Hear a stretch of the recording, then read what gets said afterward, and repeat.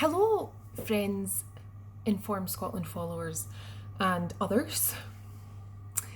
I've just put up the blog for the 17th of November 2021 on the website informscotland.uk. And I don't know, you might like to watch this video while looking at the blog or look at the blog later. I've decided I'm doing this video from my kitchen. I'm standing next to some cooking roast dinner. And I thought I would do things in a slightly different style today. I'm feeling quite strange today. I think it's the mention from our First Minister of vaccine passports and just the absolute absurdity of everything that's going on. I'm quite angry and I'm also quite fed up, to be honest, not with doing this. I love doing this and sharing all the data with you, but in a sense, I feel incredibly daft doing it because the data are just absolute nonsense and this whole situation is becoming completely nonsense. So, for example, the first graph that I've put on the website, today's blog, we see that we are definitely in a sixth wave of coronavirus. Six. And the latest baseline, the number that we went down to, was a bit higher than the peak that we saw in January in terms of daily cases. So, viruses don't do this. When you have a virus going through a population, it finds susceptible people and infects them. And then those susceptible people, we know, the data show, and common sense tells us that when you're immune to a virus, you're immune. That's it. And the virus then can't really reinfect you. In a very rare case, it might reinfect you. But the CDC last week just came out with the news that there's not a single known case of a naturally immune person passing on COVID. So we've got all these people who are accumulating natural immunity, and yet we are experiencing higher and higher waves of coronavirus. Now you could say, oh, but Christine, we're doing a lot more testing. That's what it is. That's why there's more cases. And you might be right, except that the positive percentage is now rising again it's been rising since the beginning of October, consistently. And again, our positive percentage is similar to the January peak. That's the vaccine wave, as I call it. So this virus is finding very easily new people to infect. Why is that? How can that be? Not only do we have a population that should be becoming increasingly naturally immune, we also have a population that is hugely vaccinated. We have 4.3 million people now vaccinated. So, okay, well, you say, well, John Mason, MSP, for example, keeps telling us, well, but the vaccine doesn't stop you catching it, but it does stop you getting really ill. Oh, really, John? Because now what we're seeing is hospitalizations are falling, but very, very slowly. Slower than they have at any stage during the rest of the pandemic. We have been in a steady decline since the middle of September. And I noticed that the government or somebody praising the First Minister was saying, well, it's brilliant that our hospital numbers are still under 800.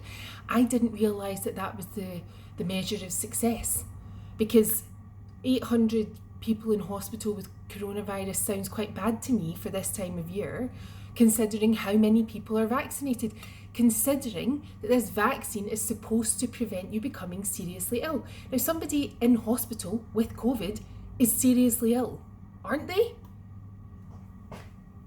Delayed discharges are remaining at 50% higher than they were last year. So they were around 1,000 last year, this time last year. Now they're steady at 1,500. Now that indicates a problem at the care home end. They can't get people out of the hospital. Is that a good situation as we go into winter? No, it's not. Why might they be having trouble getting people out into care homes? I don't know. Do you know?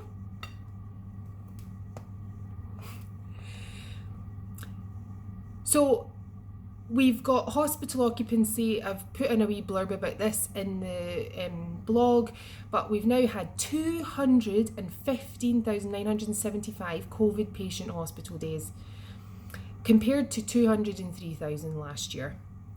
So this is almost as bad a rate this year as last year, but it's coming up. I think it'll surpass it overall in the year. And what I've said is that in 2020, SARS-CoV-2 was arriving in a totally immune naive population. We were told nobody had immunity to SARS-CoV-2. So the virus arrives, it finds a whole load of immune naive people to infect. It was swirling around hospitals, not much in the community actually.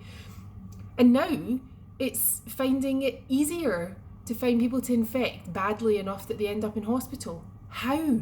How is that possible? Deaths are also, I've worked out the rate of deaths was about 115 per week in 2020, considering that deaths didn't really start until, in fact, they didn't start until week 13 last year. So this year, we've had about 110 deaths per week. So 115 last year, and now 110 this year. Well, that doesn't seem that much better to me.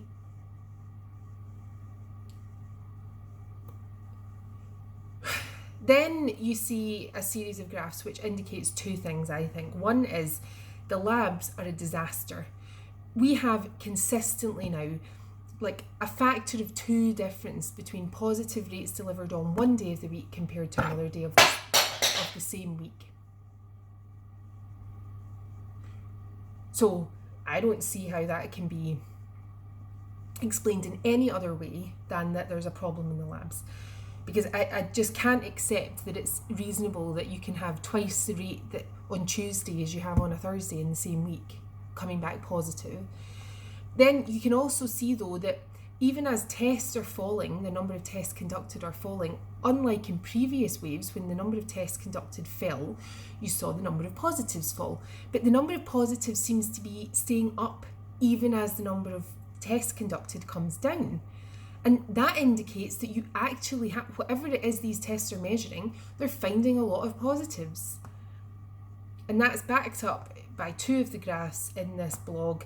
ITU occupancy in Glasgow has collapsed. Now it's rising in other places, but it's just a few hospitals that have any COVID patients at all. There's only 7 not hospitals but regions. The hospital occupancy is collapsing in Glasgow as well, which is great news, but we've seen that before, followed by a fast increase, so I don't know what's going to happen.